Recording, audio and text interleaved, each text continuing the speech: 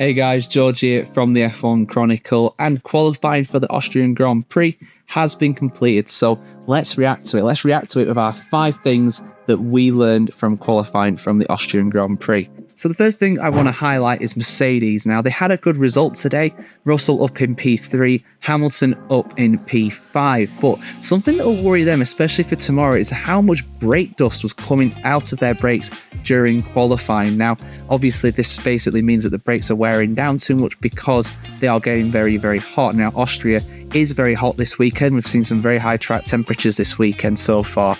And on top of that, there are some big stopping zones as well. There's 3 large braking events into turns 1, 3 and 4, depending on how you look at the corners. And there's a few bigger and smaller stops throughout the lap as well. So that's going to be worrying for them tomorrow around a long race. Obviously, they were struggling with overheating during the sprint race earlier today as well. So around a longer full race, Grand Prix distance is 3 times as long as a sprint race, I would be concerned with that. But in terms of the 1 lap pace, they were looking good today. 3rd and 5th, they are, like I said earlier in the sprint, type things that I reacted to with that. Do check that out if you're not already, of course. But one of the things I highlighted there is that Mercedes are quite comfortably the 3rd fastest team on the grid right now, ahead of Ferrari on current pace. Also looking better, at least slightly better anyway, were the RBs, the Racing Bulls. They were looking slightly better than the qualifying yesterday. They were extremely poor during qualifying yesterday for the sprint. But qualifying today, better.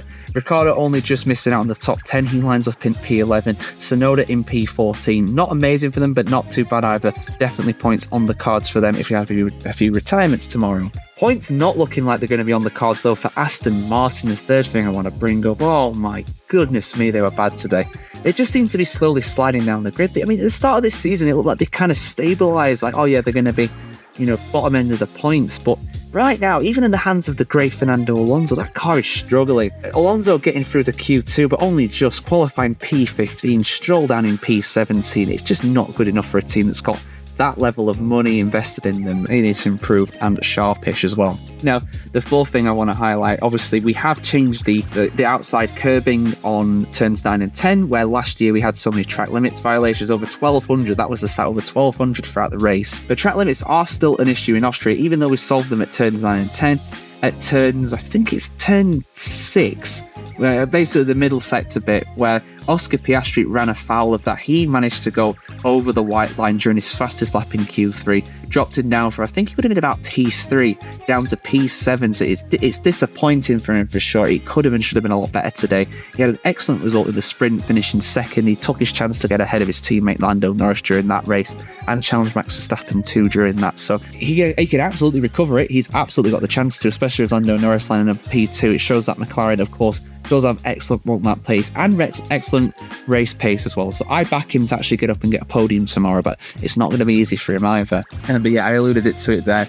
Max Verstappen, again, on some ridiculous pace this weekend. I mean, I did a stat in my Fast Facts video before this weekend that I think something like 4 of the last 5 pole positions around Austria have been decided by less than a 10th of a second, but Max Verstappen's absolutely destroyed that statistic. I mean, he only just got pole position for the sprint yesterday, and he was only just faster than the McLarens during the sprint race today, but in qualifying today, he absolutely blew the field out of the water on pole by over 0.4 of a second, which round Austria is an absolute eon.